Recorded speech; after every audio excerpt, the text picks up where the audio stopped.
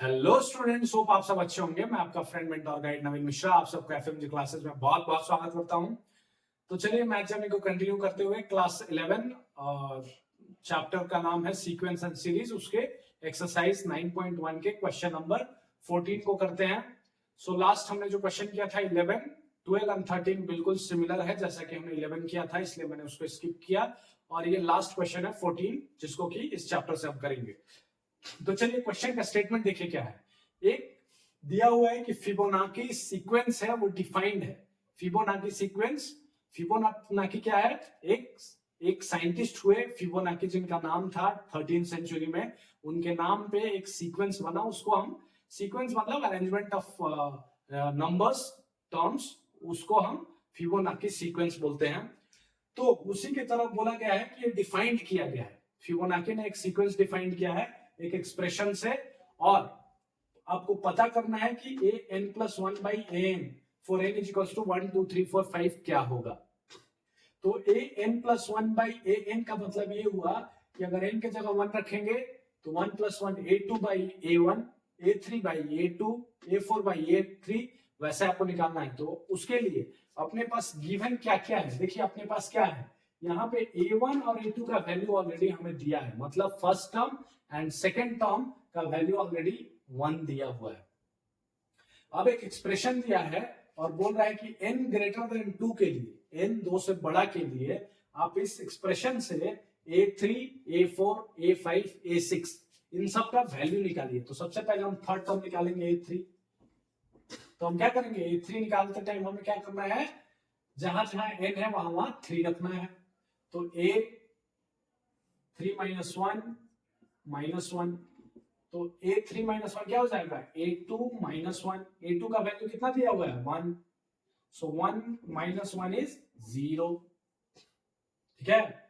दूसरा a4 अगर हम निकालें, तो हमें क्या मिलेगा, a3 - 1 डायरेक्टली a4 क्या हो जाएगा, 4 - 1 3। तो a3 - 1 और a3 का वैल्यू हमें क्या मिल गया, 0 - 1, तो -1 मिल जाएगा। a5 का वैल्यू हमें क्या मिलेगा, तो a4 - 1, a4 का वैल्यू क्या है, -1 - 1 -2 हो जाएगा। ठीक है। a6 क्या होगा, a5 - 1, तो a5 ऑलरेडी कितना है, -2 -1 -3 हो जाएगा। ठीक है।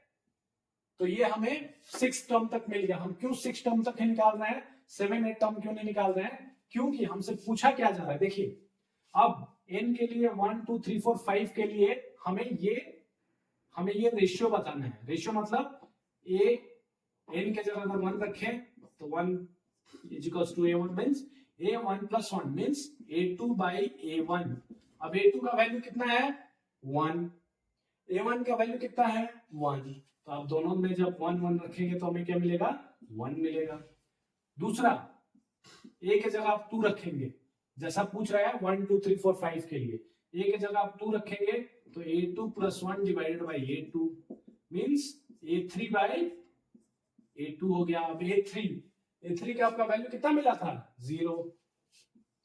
तो 0/1, किसी भी नंबर से जब हम 0 में डिवाइड करते हैं तो उसका रिजल्ट क्या होता है, 0 हो जाता है।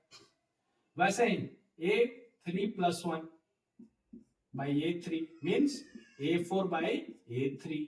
अब a4 का वैल्यू देखिए कितना हमें मिला था, -1 मिला था, और a3 क्या मिला था हमें, 0 मिला था।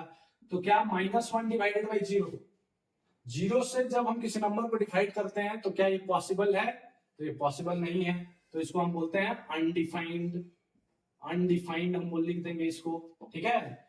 वैसे ही लास्ट क्या हो गया, a4 + 1 divided by a4 means a5/a4 बोल रहा है, a5/a4। तो a5 का वैल्यू हमने कितना निकाला था, -2, और a4 का वैल्यू -1। ठीक है। तो माइनस माइनस कैंसिल आउट क्या हो जाएगा, 2 हो जाएगा। और लास्ट एक क्या बोल रहा है, a6/a5। ठीक है, क्योंकि जब आप 5 का वैल्यू रखेंगे इनके जगह तो 5 + 1 6/5, a6/a5। 6 क्या कितना है अपने पास, -3 है। सो -3 डिवाइडेड बाई 5 कितना है, -2 है, -3/-2 इज इक्वल्स टू 3/2। ठीक है, तो ये हो गया आपका जवाब। यहां से हमने क्या किया, सबसे पहले इस एक्सप्रेशन को यूज करके हमने A1 A2 A3 A4 A5 A6 6 terms निकाल लिए। ऑलरेडी A1 एंड A2 दिया हुआ था क्वेश्चन में, तो उसको हमने छोड़ दिया। उसके अलावा हमने क्या किया कि जो फाइंड करने पूछ रहा है n के लिए 1 2 3 4 5 के लिए, तो हमने n के जगह 1 रखा, फिर 2 रखा, 3 रखा, 4 रखा है, 5 रखा, और हमने सारे एक्सप्रेशन को यहाँ पे फाइंड आउट कर लिया है। Thank you so much.